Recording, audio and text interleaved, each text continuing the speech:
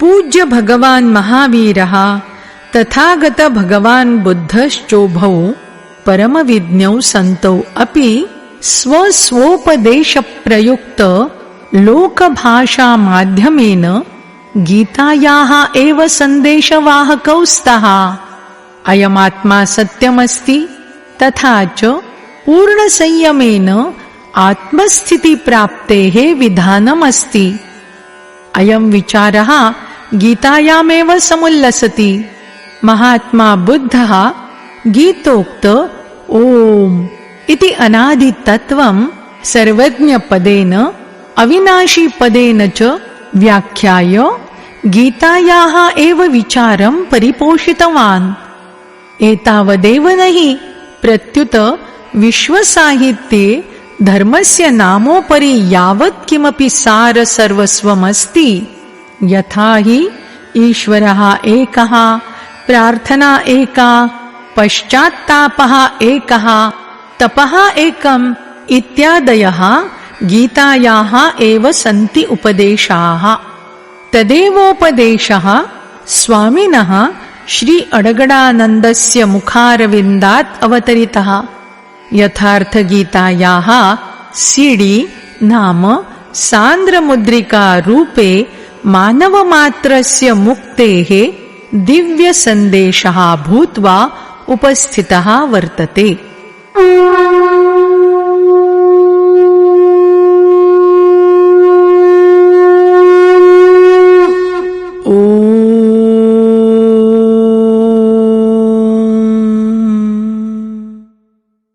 श्री परमात्मने नमः। यथार्थ गीता श्रीमद्भगवद्गीता अथ पंचमोऽध्यायः। तृतीये अध्याये अर्जुनः प्रश्नं प्रास्तौत् यत् भगवन् यदा भवान् ज्ञानयोगं श्रेष्ठं मनुते तदा मां भयङ्करे कर्मणि किमर्थं विनियोजयति? अर्जुनाय निष्कामकर्मयोगापेक्षया ज्ञानयोगः किञ्चित् सुगमः प्रतीयते। कुतो हि ज्ञानयोगे पराजिते सति देवत्वं, विजये सति महामहिमस्थितिप्राप्तिः, उभयोर्दिशयोर्लाभ एव लाभः प्रकल्प्यते। किन्तु साम्प्रतं यावद् अर्जुनः सम्यग् रूपेण प्रबोधं लब्धवान् आसीत् यद् उभयोः मार्गे कर्मविधानम् आवश्यकम् अस्ति, योगेश्वरः तं तत्त्वदर्शिनः महापुरुषस्य शरणमपि ग्रहीतुं प्रेरयति। कुतो हि बोधाय तदेवैकं स्थानमस्ति। अतः उभयोः मार्गयोः एकतरस्य चयनाय अर्जुनः पूर्वं निवेदनं कृतवान्। अर्जुन उवाच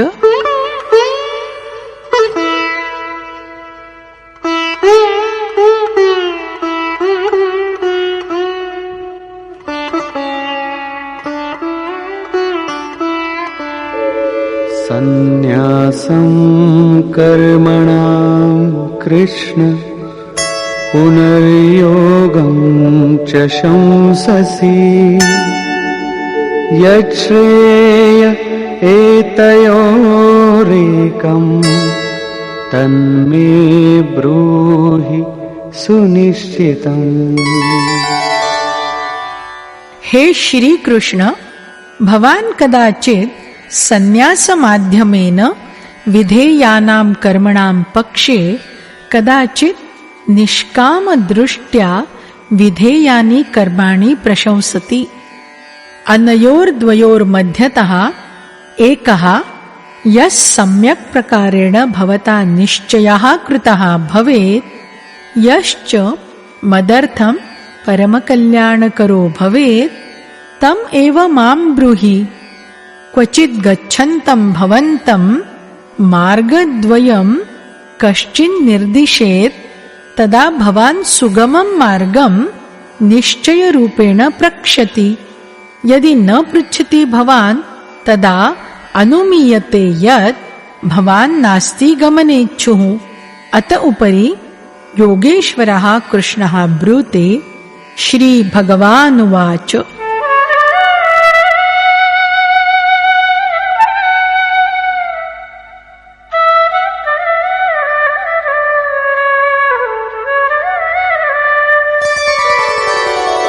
सन्न्यासः कर्मयोगश्च निःश्रेयसकरावुभौ तयोस्तु कर्मसन्न्यासात् कर्मयोगो विशिष्यते। अर्जुन, सन्न्यासमार्गेण विधीयमानं कर्म अथवा ज्ञानमार्गेण विधीयमानं कर्म च कर्मयोगः। निष्कामभावनया विधीयमानं कर्म इति उभेपि परमश्रेयोदापयित्रिणी। परन्तु मार्गद्वयापेक्षया सन्न्यासदृष्ट्या अथवा ज्ञानदृष्ट्या विधीयमानकर्मापेक्षया निष्कामकर्मयोगः श्रेष्ठः अस्ति। प्रश्नः स्वाभाविकः अस्ति, श्रेष्ठः कथम्?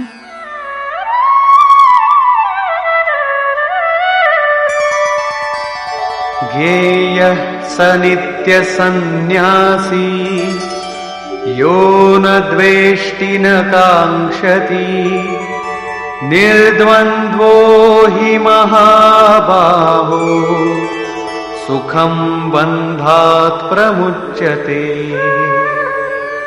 महाबाहो अर्जुन, यो न कमपि द्वेष्टि न किमपि आकाङ्क्षते सदैव स सन्न्यासी बोद्धुम् अर्हः। कामं स ज्ञानमार्गेण वा निष्कामकर्ममार्गेण सम्बद्धः कथं न भवेत्। रागद्वेषादि द्वन्द्वेभ्यः मुक्तः सः पुरुषः सुखपूर्वकं भवबन्धनान् मुक्तो भवति। सांख्ययोगौ पृथग् बालाः प्रवदन्ति न पण्डिताः एकमप्यास्थितः सम्यग् उभयोर्विन्दते फलम्। निष्कामकर्मयोगं ज्ञानयोगं च उभयं पृथक् पृथक् निर्दिशति। येषां गतिः अस्मिन् पथि नितरां स्वल्पा वर्तते। न तु पूर्णज्ञः पण्डितो जनः, कुतो हि द्वयोः एकस्मिन् अपि सम्यक् परिपक्वः पुरुषः द्वयोरपि फलस्वरूपं परमात्मानं लभते। उभयोः फलम् एकमेवास्ति, अतएव द्वौ समानौ।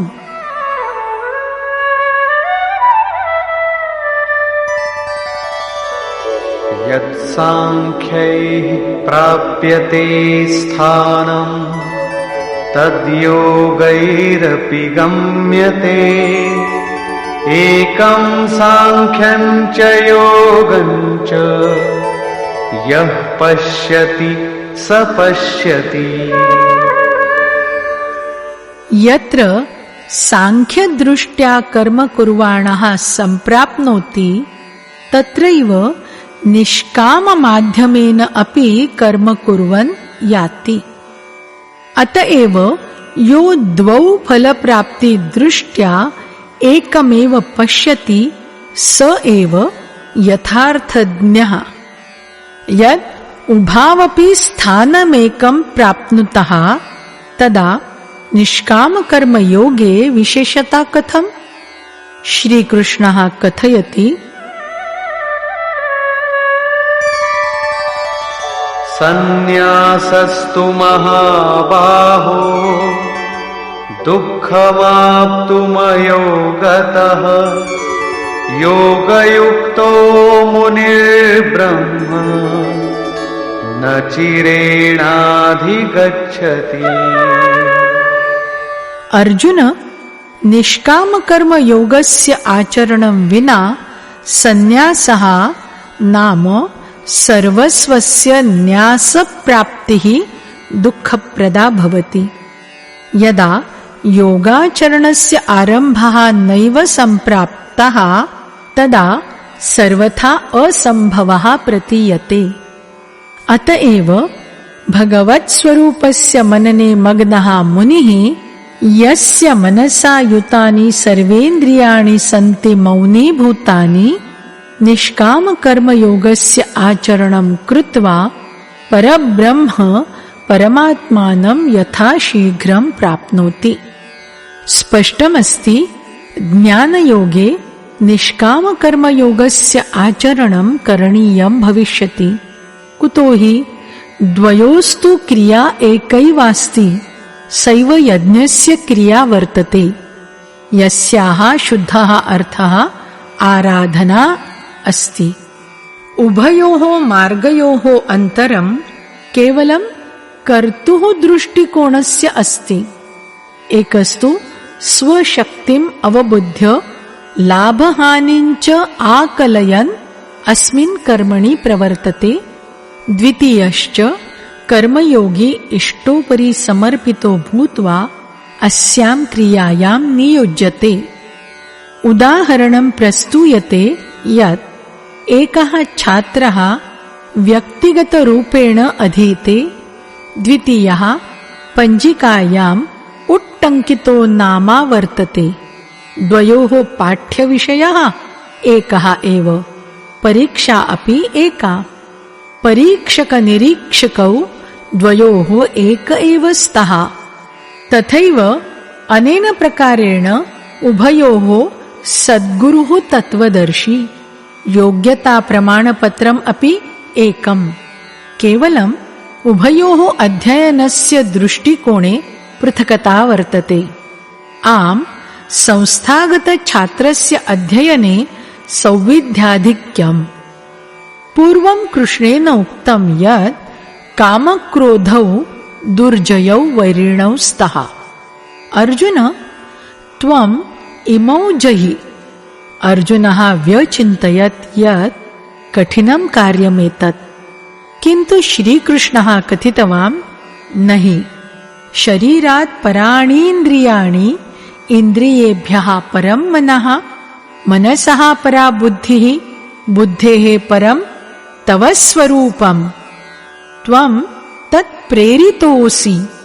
अनेन प्रकारेण स्वास्तित्वं विज्ञाय स्वशक्तिं पुरतः प्रस्तूय स्वावलम्बनम् अधिकृत्य कर्मणि प्रवर्तनं ज्ञानयोगः अस्ति। श्रीकृष्णेन उक्तमासीत्, चित्तं ध्यानस्थीकृत्य कर्मणि मयि समर्प्य आशा ममता संतापरहितो भूत्वा युद्धं कुरु। समर्पणेन सहेष्टे निर्भरो भूत्वा कर्मणि प्रवृत्तिर्निष्कामकर्मयोगः कथ्यते। उभयोः क्रिया एका, परिणामः च एकः एव। अत्र बलं ददानः श्रीकृष्णः कथयति, योगस्य आचरणं विना सन्न्यासस्य अर्थात् शुभाशुभकर्मणाम् अन्तिमा स्थितेः प्राप्तिः असम्भवा। श्रीकृष्णस्य अनुसारेण नैतादृशः कोऽपि योगः यद् हस्तोपरि हस्तं निधाय सुखासीनः कथयेत्, अहं परमात्मास्मि, शुद्धोऽस्मि, बुद्धोऽस्मि, मह्यं न कर्म अस्ति, न बन्धनमस्ति, सदसत्कर्मरतः अहं वर्ते, तदा इन्द्रियाणि अपि स्वविषये विचरन्ति। एतादृशः पाखण्डः श्रीकृष्णोपदेशेषु कदापि न मिलति। साक्षात् योगेश्वरः अपि स्वसुहृदर्जुनं विना कर्म इमां स्थितिं दातुं न शशाक। यद्येवं स कर्तुं प्रभवेत् चेत् तर्हि गीतायाः का आवश्यकता? कर्म तु करणीयमेवास्ति।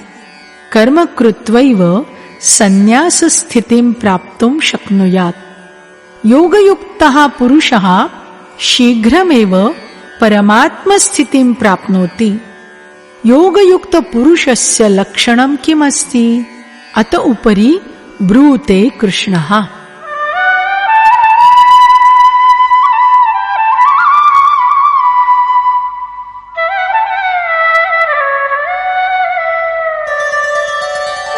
योगयुक्तो विशुद्धात्मा विजितात्मा जितेन्द्रियः सर्वभूतात्मभूतात्मा कुर्वन्नपि न लिप्यते। विजितात्मा नाम यस्य शरीरं विशेषरूपेण जितमस्ति। जितेन्द्रियः नाम यस्य इन्द्रियाणि वशमानीतानि। विशुद्धात्मा नाम विशेषरूपेण यस्यान्तःकरणं शुद्धमस्ति। एवं भूतः पुरुषः सर्वभूतात्मभूतात्मा नाम सर्वेषां प्राणिनाम् आत्मनः मूलोद्गमपरमात्मनः एकीभावभूतः योगेन युक्तः अस्ति। अयं पुरुषः कुर्वन्नपि कर्म न कर्मणि लिप्तः भवति। तर्हि कर्म करोति किमर्थम्? पृष्ठानुगामिनां हेतवे परमकल्याणकरस्य बीजस्य संग्रहार्थम्। लिप्तः कथं न भवति? कुतो हि सर्वेषां प्राणिनां यो हि मूलोद्गमः यस्याभिधानं परमतत्त्वम् अस्ति तस्मिन् तत्त्वे सः अभवत् स्थितः। अग्रे किमपि वस्तु जातं नास्ति यस्य शोधं करणीयमस्ति।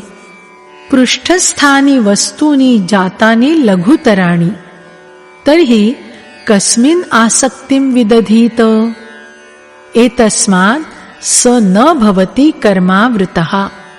इदं चित्रणम् अस्ति योगयुक्तस्य पराकाष्ठायाः। पुनश्चित्रयति योगयुक्तानां दिनचर्याम्। यत् स्वीकुर्वन् अपि कर्मणि न तत्र विलिप्तो भवति। नैव किञ्चित् करोमीति युक्तो मन्येत तत्त्ववित्। पश्यन् शृण्वन् स्पृशन् जिघ्रन् अश्नन् गच्छन् स्वपन् श्वसन् प्रलपन् विसृजन् गृह्णन् उन्मिषन् निमिषन्नपि इन्द्रियाणीन्द्रियार्थेषु वर्तन्त इति धारयन्। परमतत्त्व परमात्मनः ससाक्षात्कारः जनानां योगयुक्तपुरुषाणाम् इयं मनस्थितिः अर्थात् अनुभूतिः अस्ति यत् अहं किञ्चन मात्रं किमपि न करोमि। नेयं तस्य कल्पना प्रत्युत कर्मविधानानन्तरं तस्योपलब्धिः।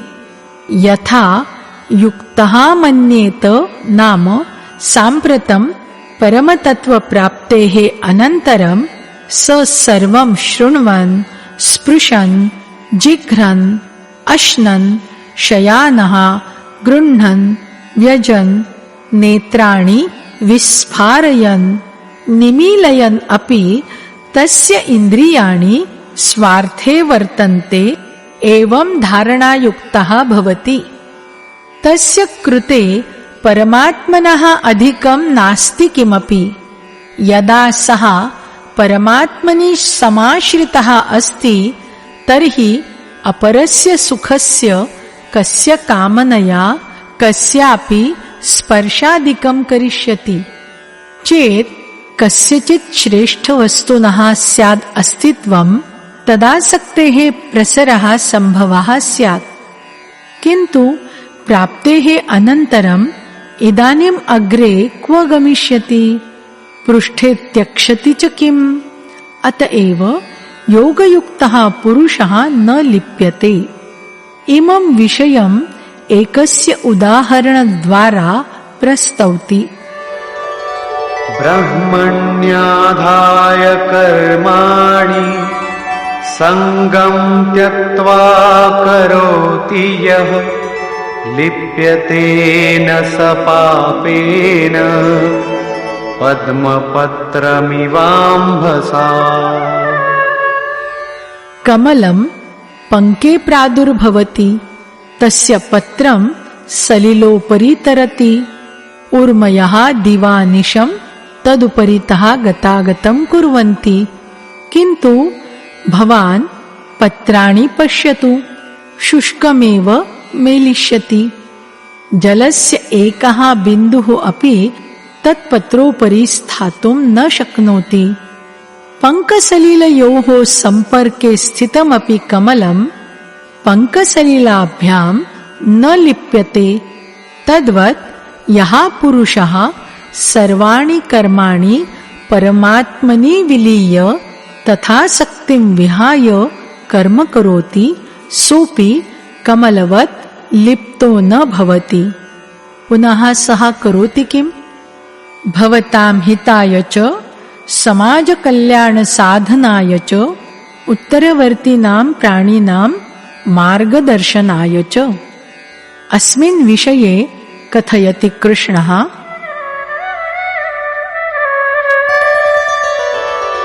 कायेन मनसा बुद्ध्या केवलैरिन्द्रियैरपि योगिनः कर्म कुर्वन्ति सङ्गं त्यक्त्वात्मशुद्धये। योगी जनाः केवलं मनोबुद्धीन्द्रियशरीरैश्चासक्तिं विहाय आत्मशुद्ध्यर्थं कर्म कुर्वन्ति। यदा कर्माणि ब्रह्मणि विलीनानि अभवन् तदा किं साम्प्रतम् अपि आत्मा अशुद्धैवास्ति? नहि, ते सर्वसाधकाः सर्वभूतात्मभूतात्मा अभवन्। सर्वेषु प्राणिषु ते साधकाः निजात्मनः प्रसारं परिपश्यन्ति। तेषां सर्वेषाम् आत्मनां शुद्ध्यर्थं भवतां मार्गदर्शनार्थं ते कर्माणि प्रवर्तन्ते। स साधकः शरीरेण मनसा बुद्ध्या तथा केवलेन्द्रियैः स कर्म करोति। स्वरूपतः किमपि न करोति, स तिष्ठति च स्थिरः सर्वदा। बाह्यदृष्ट्या स सक्रियः दृश्यते, किन्तु तस्य अभ्यन्तरे बहुतरा शान्तिः अस्ति। रज्जुः अभवत् दग्धः, किन्तु वक्रता न मुक्ता जाता, येन बन्धनं भवितुं नार्हति।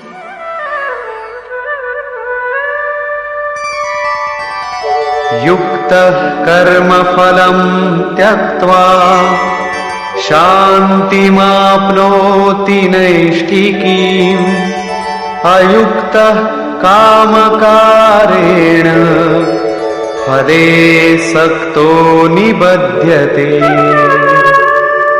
योगयुक्तः अर्थात् प्राप्त योग परिणामः पुरुषः सर्वेषां प्राणिनां आत्मनः मूले संस्थितः। यः परमात्मा विद्यते तत्रैव सोऽपि भवति समाश्रितः।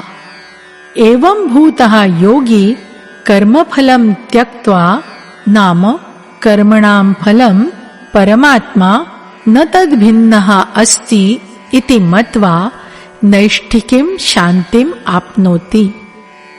यदग्रे शान्तेः न कापि स्थितिः, यदनु स कदापि अशान्तः न भवति।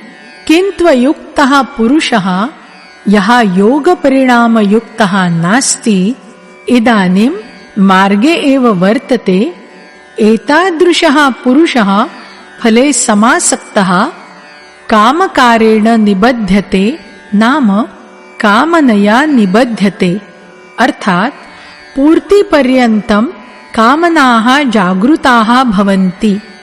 अतः पूर्तिपर्यन्तं साधकेन सावधानेन वर्तितव्यम्। महाराजः कथयति स्म, हौ तनिको हम अलग, भगवान अलग है तो माया कामयाब हो सकती है। अहम पृथक भगवान पृथक इति बोधे माया साधकं पातयति।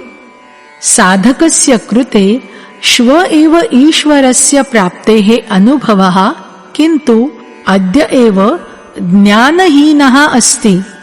अतः पूर्तिपर्यन्तं साधकः सावधानः भवेत्। अत उपरि द्रष्टव्यम् अग्रे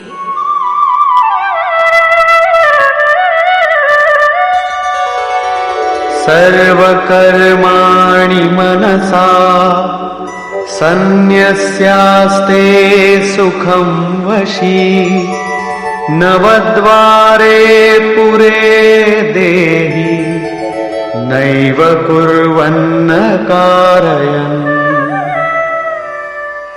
यः साधकः संपूर्ण रूपेण स्ववशः अस्ति, यः शरीरात् मनसः बुद्धेः प्रकृतितश्च परे स्वस्मिन् स्थितः अस्ति, एतादृशः वशी पुरुषः निस्सन्देहं न किमपि करोति न च कारयति। पृष्ठानुगामी जनैः किमपि कारयन्नपि तस्य आन्तरिक शान्तौ न कापि बाधोत्पद्यते। एवं दृशः स्वरूपस्थः पुरुषः शब्दादि विषयान् प्रापयितुं नवद्वारयुतैः नाम श्रोत्रद्वययुते, नेत्रद्वयसहिते, नासिकाविवरद्वयसंवलिते एकस्य मुखस्य सत्वे उपस्थपायुर्युगलविशिष्टे शरीररूपे गृहे सर्वाणि कर्माणि मनसा परिहाय स्वरूपानंद एव स्थितौ वर्तते। यथार्थतः स न किमपि करोति न च कारयति। अमुं विषयमेव श्रीकृष्णः अन्यप्रकारेण प्रतिपादयति, यत् स न प्रभुः न करोति न च कारयति। सद्गुरुः भगवान् प्रभुः स्वरूपस्थ महापुरुषः एते सर्वे शब्दाः परस्परपर्यायवाचिनः सन्ति। पृथक्तः कोऽपि भगवान् किमपि कर्तुं न आयाति। स यदा किमपि करोति तदा पूर्वोक्तस्वरूपस्थेष्टस्य माध्यमेन कारयति। महापुरुषाणां कृते शरीरं गृहमात्रम् अस्ति। अतः परमात्मनः महापुरुषस्य च कर्तृत्वम् एकमेवास्ति। कुतो हि स महापुरुषः परमात्मनः परिरक्षितः अस्ति। वस्तुतः स पुरुषः कुर्वन्नपि किमपि न करोति। अस्मिन् एव विषये द्रष्टव्यमग्रे। न कर्तृत्वं न कर्माणि लोकस्य सृजति प्रभुः न कर्मफलसंयोगम् स्वभावस्तु प्रवर्तते। स प्रभुः न भूतप्राणिनां कर्तृत्वस्य न कर्मणां न कर्मफलस्य च संयोगं संयोजयति। प्रत्युत स्वभावे स्थितायाः प्रकृतेः प्रभावानुसारेणैव सर्वे प्रवर्तन्ते। यस्य पुरुषस्य सात्विक राजसी च प्रकृतिः भवति तेनैव स्तरेण स प्रवर्तते।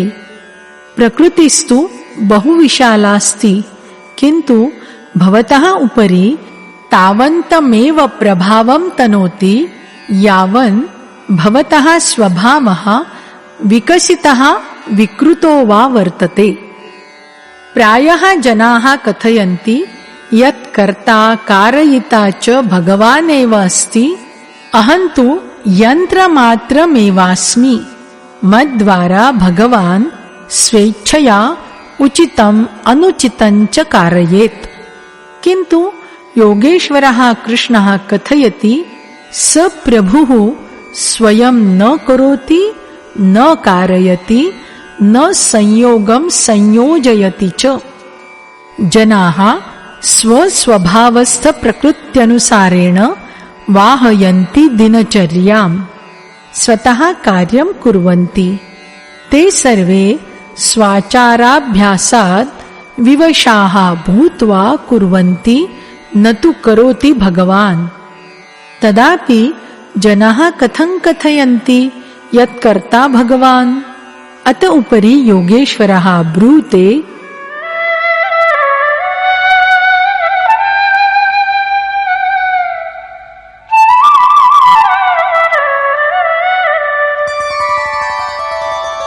नादत्ते कस्यचित् पापम् न चैव सुकृतं विभुः अज्ञानेनावृतं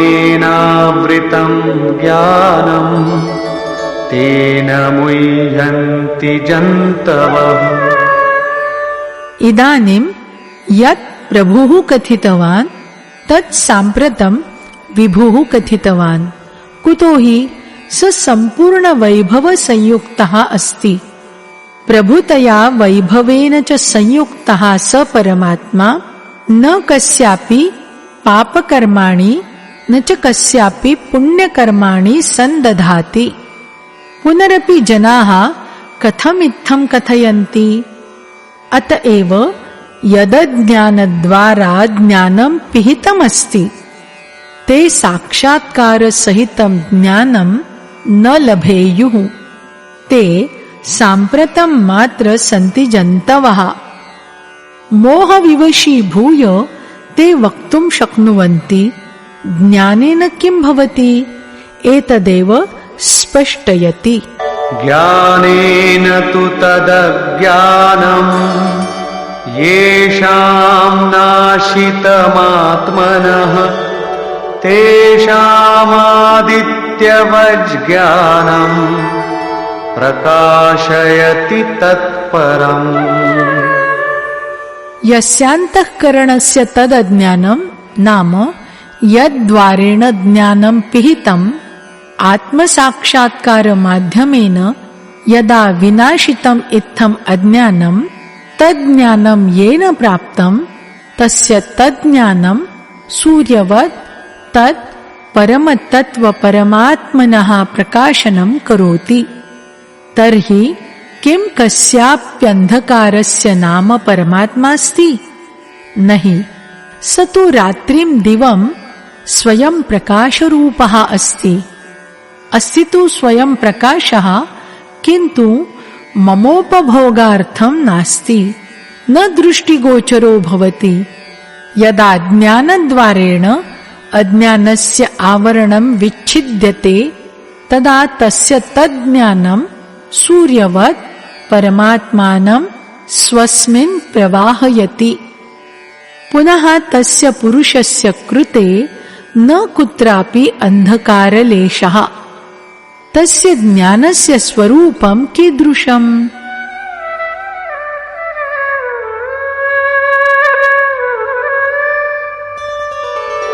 तद्बुद्धयस्तदात्मानः तन्निष्ठास्तत्परायणाः गच्छन्त्यपुनरावृत्तिम् ज्ञाननिर्धूतकल्मषाः।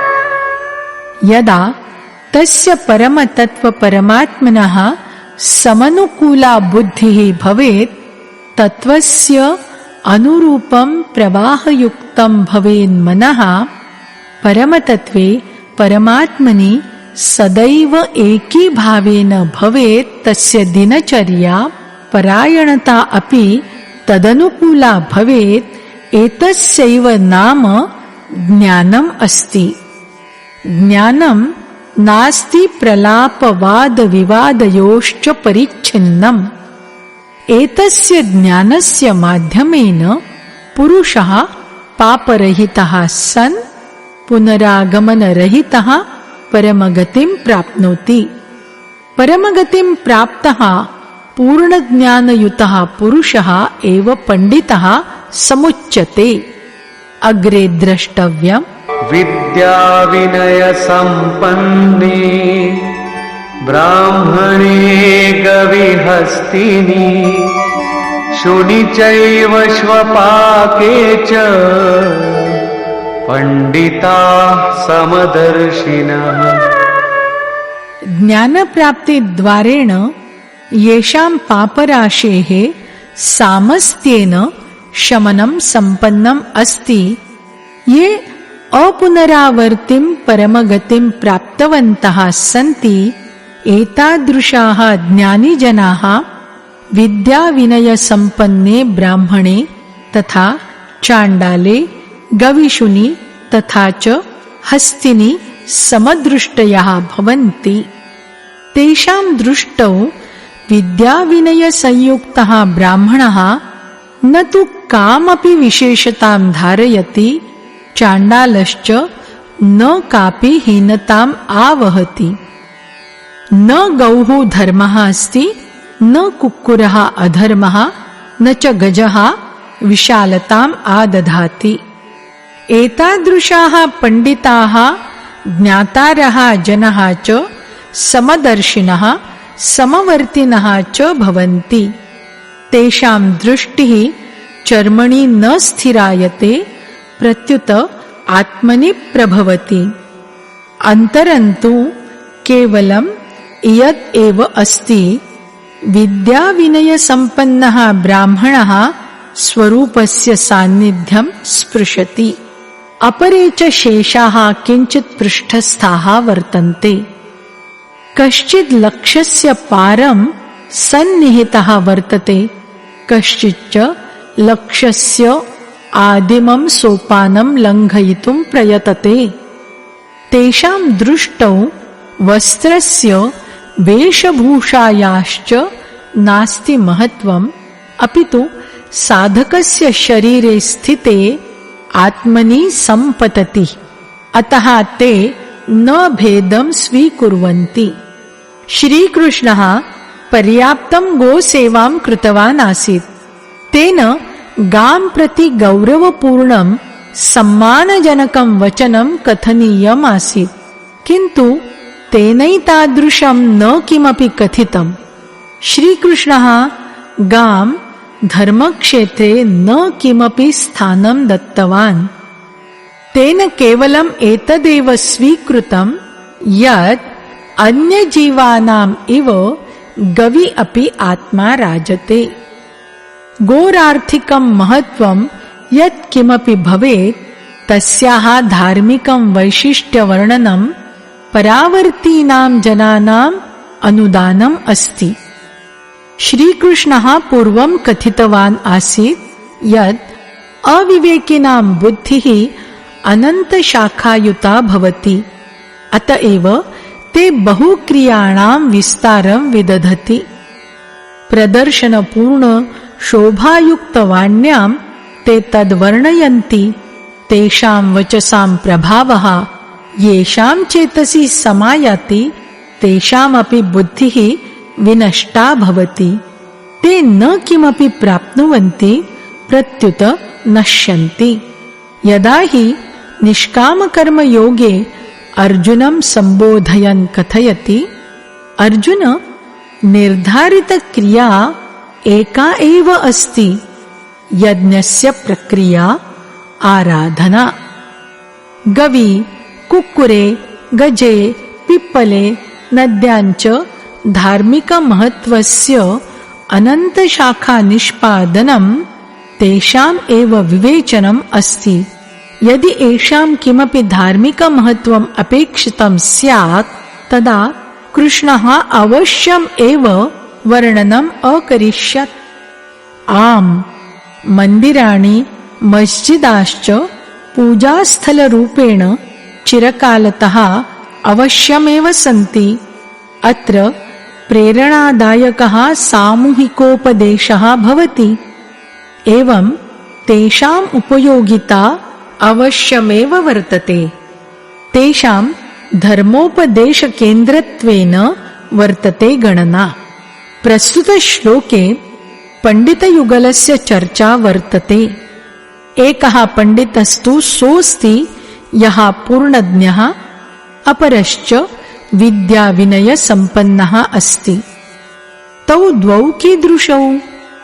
वस्तुतः प्रत्येकं श्रेण्यां द्वे सीमानौ भवतः।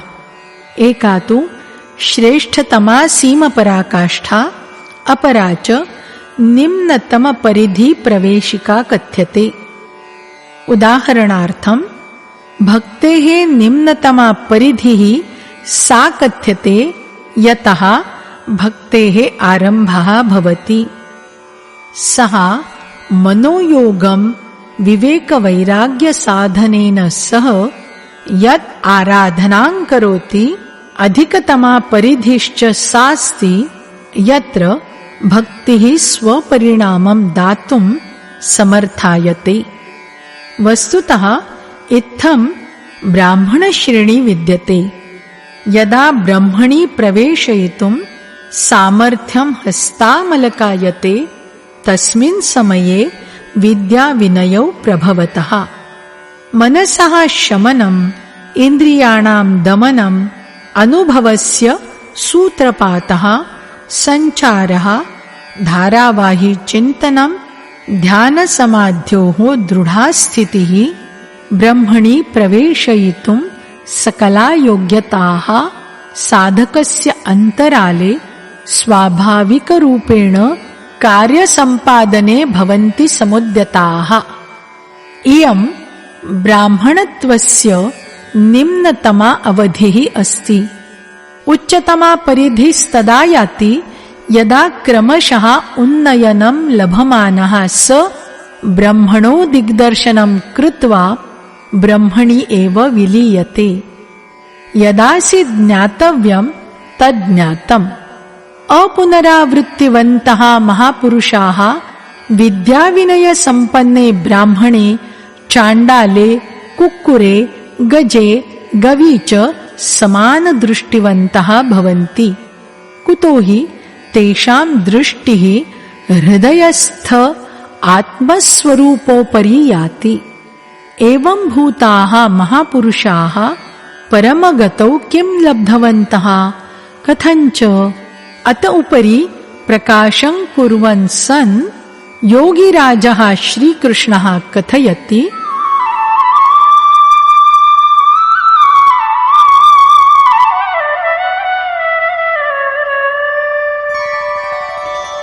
इहैव तैर्जितः सर्गो येषां साम्ये स्थितं मनः, निर्दोषं हि समं ब्रह्म तस्माद् ब्रह्मणि ते स्थिताः।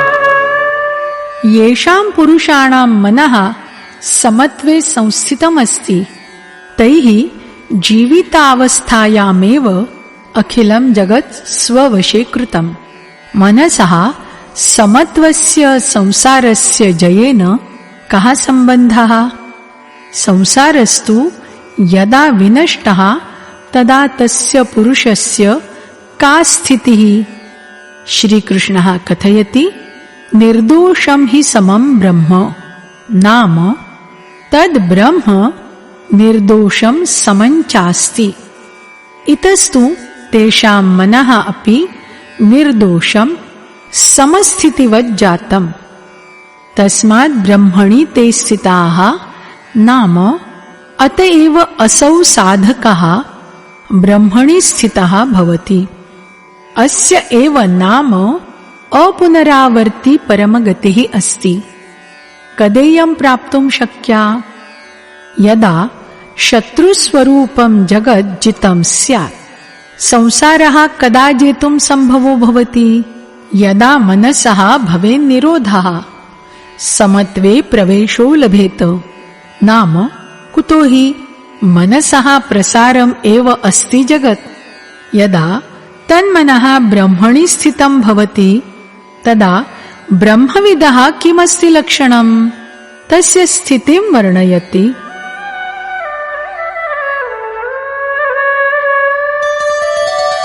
न प्रहिष्येत् प्रियं प्राप्य नोद्विजेत् प्राप्य चाप्रियम् स्थिरबुद्धिरसम्मूढो ब्रह्मविद् ब्रह्मणि स्थितः। तस्य न कश्चित् प्रियः न च कश्चित् अप्रियः।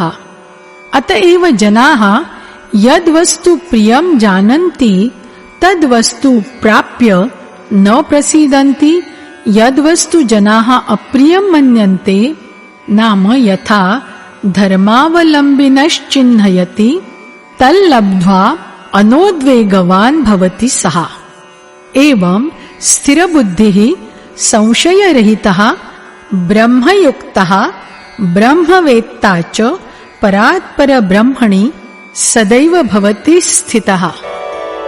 बाह्यस्पर्शेष्वसक्तात्मा विन्दत्यात्मनि यत् सुखम् स ब्रह्मयोगयुक्तात्मा सुखमक्षयमश्नुते।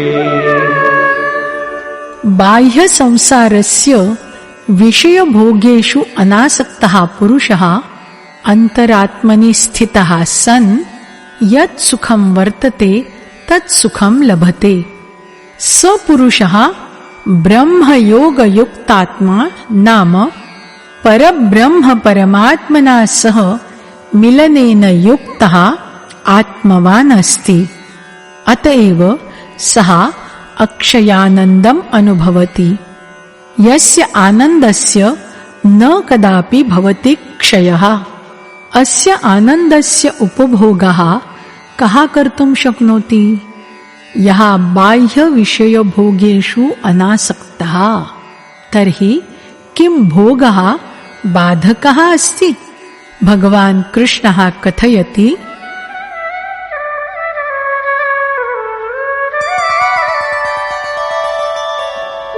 ये हि संस्पर्शजा भोगा दुःखयोनय एव ते आद्यन्तवन्तः कौन्तेय न तेषु रमते बुधः। केवलं चर्मैव स्पर्शं न करोति, सर्वाणीन्द्रियाणि स्पर्शं कुर्वन्ति। दर्शनं नेत्रस्यास्ति स्पर्शः, श्रवणं कर्णस्यास्ति स्पर्शः। इत्थमेव इन्द्रियविषययोः संयोगप्रभवाः सर्वे भोगाः यद्यपि भोगे प्रियाः लगन्ति, किन्तु ते सर्वे निस्सन्देहरूपेण दुःखदयोनीनां सन्ति हेतवः। इमे भोगाः एव योनीनां कारणानि सन्ति। एतदैव नहि ते भोगाः जन्यन्ते विनश्यन्ति च। अतः कौन्तेय विवेकिनः पुरुषाः तेषु भोगेषु न भवन्ति आसक्ताः। इन्द्रियाणाम् अस्मिन् स्पर्शे मिलति किम्? कामः, क्रोधः, रागः, द्वेषः च। अत उपरि कथयति कृष्णः,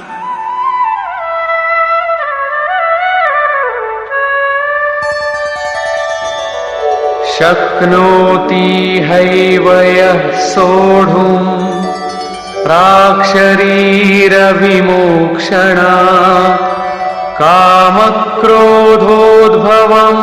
वेगं स युक्तः स सुखी नरः। अतएव ये मनुष्याः शरीरनाशात् पूर्वमेव कामक्रोधादिभिः उत्पन्नान् वेगान् सोढुं सन्ति समर्थाः, ते नराः नाम रमणरहिताः सन्ति। त एव अस्मिन् लोके योगयुक्ताः सुखिनश्च सन्ति। यस्य पृष्ठे नास्ति दुःखं स पुरुषः सुखे परमात्मनि वा स्थितिवान् कथ्यते। जीवितावस्थायामेव परमात्मतत्त्वस्य प्राप्तेः विधानम् अस्ति न तु मरणोत्तरम्। कबीरः अमुमेव विषयं स्पष्टं कृतवान्। अवधू जीवितमे कर आसा। तर्हि किं मरणानन्तरं मुक्तिर्न भवति? कथयति कबीरः, मुए मुक्ति गुरु कहे स्वार्थी, झूठा दे विश्वासा। इदमेव योगेश्वर श्रीकृष्णस्य कथनमस्ति यद् विद्यमाने शरीरे मरणात् पूर्वं यः कामक्रोधयोः वेगम् अवरोद्धुं समर्थः अभवत् स एव पुरुषः अस्मिन् लोके योगी कथ्यते। स एव अस्ति सुखी। कामक्रोधौ बाह्यस्पर्शाश्च सन्ति शत्रवः। एतान् जयतु भवान्। अस्यैव पुरुषस्य लक्षणं पुनः वर्णयति कृष्णः। योऽन्तः सुखोऽन्तरारामः तथान्तर्ज्योतिरेव यः स योगी ब्रह्मनिर्वाणम् ब्रह्मभूतोऽधिगच्छति। यः पुरुषः अंतरात्मनि सुखानुभवी, अंतरात्मनि रमणशीलः, अंतरात्मनि प्रकाशवान्, स योगी ब्रह्मणा सह एकीभूय वाणीतः परम शाश्वतं ब्रह्म साक्षात्करोति। अर्थात पूर्वं कामक्रोधादि विकाराणाम् अन्तः पुनः दर्शनं पुनः प्रवेशः। अग्रे पश्यत।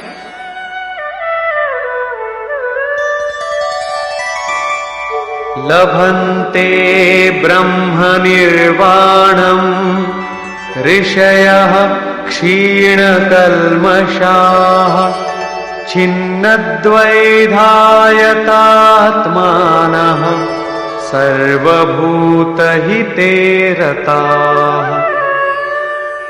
परमात्मनः साक्षात्कारं कृत्वा येषां पापं नष्टम् अभवत्, येषां संशयो नष्टः, सर्वेषां प्राणिनां हिते रताः ये सन्ति, प्राप्तिं लभमानाः इत्थमेव कर्तुं शक्नुवन्ति। यः स्वयं गर्ते पतितः विद्यते सः अपरान् कथं निस्सारयिष्यति? अतएव महापुरुषाणां स्वाभाविकः गुणः करुणा भवति। तथा यतात्मानः नाम जितेन्द्रियाः ब्रह्मवेत्तारः पुरुषः शान्तं परब्रह्म प्राप्नुवन्ति। तेषां महापुरुषाणां स्थितौ पुनः प्रकाशं करोति। यथा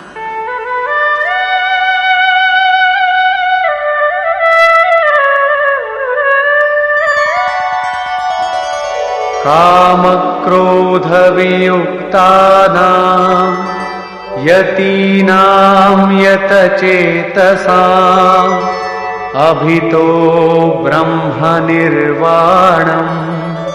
वर्तते विदितात्मनाम्। कामक्रोधरहिताः जितचित्ताः कृतपरमात्मसाक्षात्काराः ज्ञानी पुरुषाः सर्वतः शान्तं परब्रह्म लभन्ते। भूयो भूयो योगेश्वरः श्रीकृष्णः तेषां पुरुषाणां दिनचर्यां प्रसारयति यतः प्रेरणा मिलेत्। प्रश्नः पूर्णतां गतः। साम्प्रतं स पुनः बलं ददाति यदुक्तां स्थितिं प्राप्तं कर्तुम् आवश्यकमङ्गं श्वासप्रश्वासयोः चिन्तनमस्ति।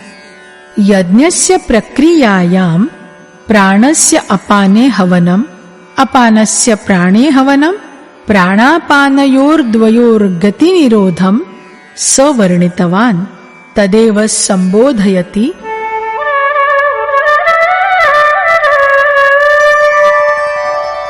स्पर्शान् कृत्वा बहिर्बाह्यान् चक्षुश्चैवान्तरे भ्रुवोः प्राणापानौ समौ कृत्वा नासाभ्यन्तरचारिणौ यतेन्द्रियमनोबुद्धिः मुनिर्मोक्षपरायणः विगतेच्छाभयक्रोधो यः सदा मुक्त एव सः। अर्जुन, बाह्य विषयाणां दृश्याणां चिन्तनम् अकुर्वन् तान् संत्यज्य नेत्रयोः दृष्टिधारां भ्रुकुट्योः मध्ये संस्थाप्य नाम भ्रुवोरन्तरे इतस्य वाक्यस्य नायम् अर्थः यत् नेत्रमध्ये भ्रुकुटिमध्ये च क्वचित् अवलोकनस्य भावनया दृष्टिपातः भवेत्। भ्रुकुटिमध्ये इति वाक्यस्य शुद्धार्थः तु एतावान् अस्ति यत् रुज्वासनासीने सति दृष्टिभ्रुकुट्योर्मध्यतः साधुरूपेण पुरतः सम्पतेत्। दक्षिणे वामे तथेतौ तश्चकितः न विलोकयेत्। नासिकायाः अग्रभागोपरि रुज्वीं दृष्टिं केन्द्रयन् नाम क्वचिन् नासिकायाः अग्रभागावलोकने न लगेत्। नासिकायाः अन्तराले विचरतः प्राणवायुनपानवायुश्च समीकृत्य अर्थात् दृष्टिस्तु पूर्ववत् स्यात् सुरतन्तु श्वासे नियोजय। चिन्तय कदा श्वासः गतवान् अभ्यन्तरे, कियत्कालं यावत् स्थितः। अनुमानतः सेकण्डर्धं श्वासः विरमति। श्वासं प्रयासेन न रोद्धव्यः। कदा श्वासः बहिर्गतः, कियत्कालं यावद् आसीत् बहिः, नास्ति वक्तुम् आवश्यकता। तत् श्वासे तरङ्गयितः नामध्वनिः श्रुतिपथगोचरी भविष्यति। अनेन प्रकारेण श्वासे प्रश्वासे च यदा सुरतिः संसक्ता भविष्यति तदा शनैः शनैः श्वासः अचलः स्तन् स्थिरतामेष्यति। नाभ्यन्तरतः संकल्पोत्पत्तिः न च बाह्यसंकल्पाः अभ्यन्तरे संघर्षं कर्तुं शक्ष्यन्ति। बाह्यभोगानां चिन्तनं तु बाह्यतः एव निरस्तम् आसीत्। इत्थम् अभ्यन्तरे च अपि न संकल्पोत्थानम्। तैलधारावत् सुरतम् अविच्छिन्नावस्थां प्राप्नोति। तैलस्य धारा सलिलवत् बिन्दुरूपेण न च्योतति, प्रत्युत अविच्छिन्नधारारूपेण स्रवति। इत्थम् प्राणापानयोः गतौ समत्वं संस्थाप्य इन्द्रियाणि मनश्च विजित्य इच्छाभयक्रोधेभ्यः सदा मुक्तः मननस्य चरमां पराकाष्ठां प्राप्तः मोक्षैकलक्ष्यः मुनिः सदा मुक्त एव। मुक्तो भूत्वा स कुत्र याति, किं लभते, अत उपरि कथयति योगेश्वरः।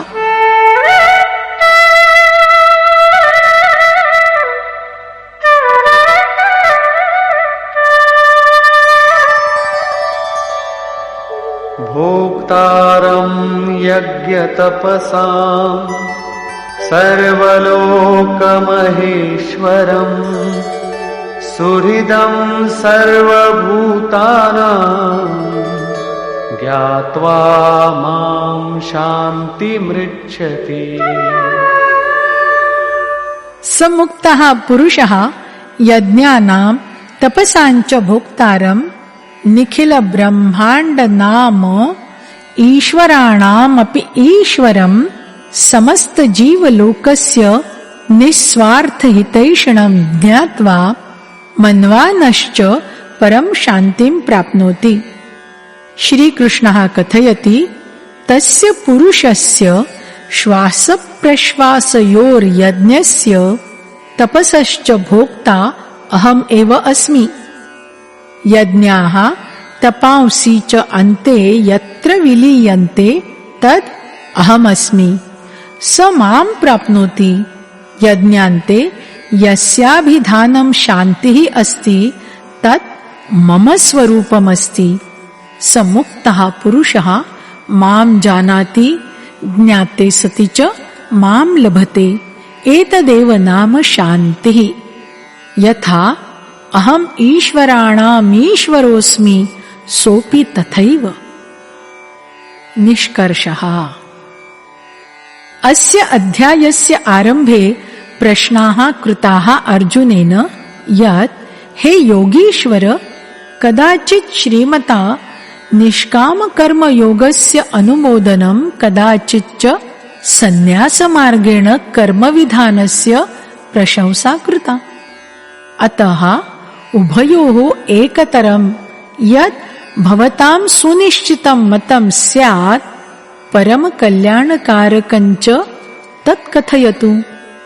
भगवता श्रीकृष्णेन उत्तरितं यत् कल्याणन्तु उभयथा, उभयत्र सैव यज्ञस्य निर्धारिता क्रियैव सम्पाद्यते। पुनरपि निष्कामकर्मयोगः विशेषतां दधाति। निष्कामकर्मयोगं विना शुभाशुभकर्मणाम् अन्तः न भवति। सन्न्यासस्तु न मार्गं प्रत्युल्लक्ष्यस्य अस्ति। योगयुक्त एव सन्न्यासी कथ्यते। योगयुक्तस्य लक्षणं पूर्वम् उदीरितं यत् यः योगयुक्तः स प्रभुः। सः न करोति न च कारयति। प्रत्युत प्रकृतिप्रभावानुरूपतः जनाः व्यस्ताः दृश्यन्ते। यो मां साक्षात् जानाति सैव ज्ञाता अस्ति, स एव पण्डितः। यज्ञस्य परिणामरूपेण मां जानन्ति। श्वासप्रश्वासयोः जपयज्ञतपसाञ्च यत्र विलयः भवति तत् अहमेवास्मि।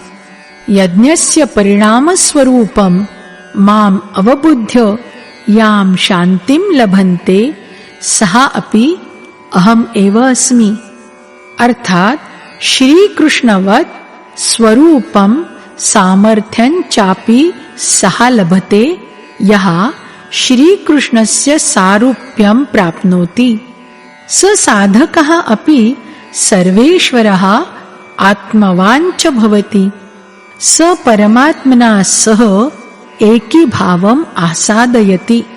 अस्मिन् अध्याये निरूपितं यत् यज्ञानां तपसाञ्च भोक्तृमहापुरुषाणाम् अन्तराले विद्यमाना शक्तिः महेश्वर उदीर्यते। अतः ॐ तत्सदिति श्रीमद्भगवद्गीतासूपनिषत्सु ब्रह्मविद्यायां योगशास्त्रे श्रीकृष्णार्जुनसंवादे यज्ञभोक्ता महापुरुषस्थमहेश्वरः नाम पंचमोऽध्यायः। इति श्रीमद् परमहंस परमानन्दस्य शिष्य स्वामी अडगडानन्द कृते श्रीमद्भगवद्गीतायाः यथार्थगीता भाष्ये यज्ञभोक्ता महापुरुषस्थमहेश्वरः नाम पंचमोऽध्यायः।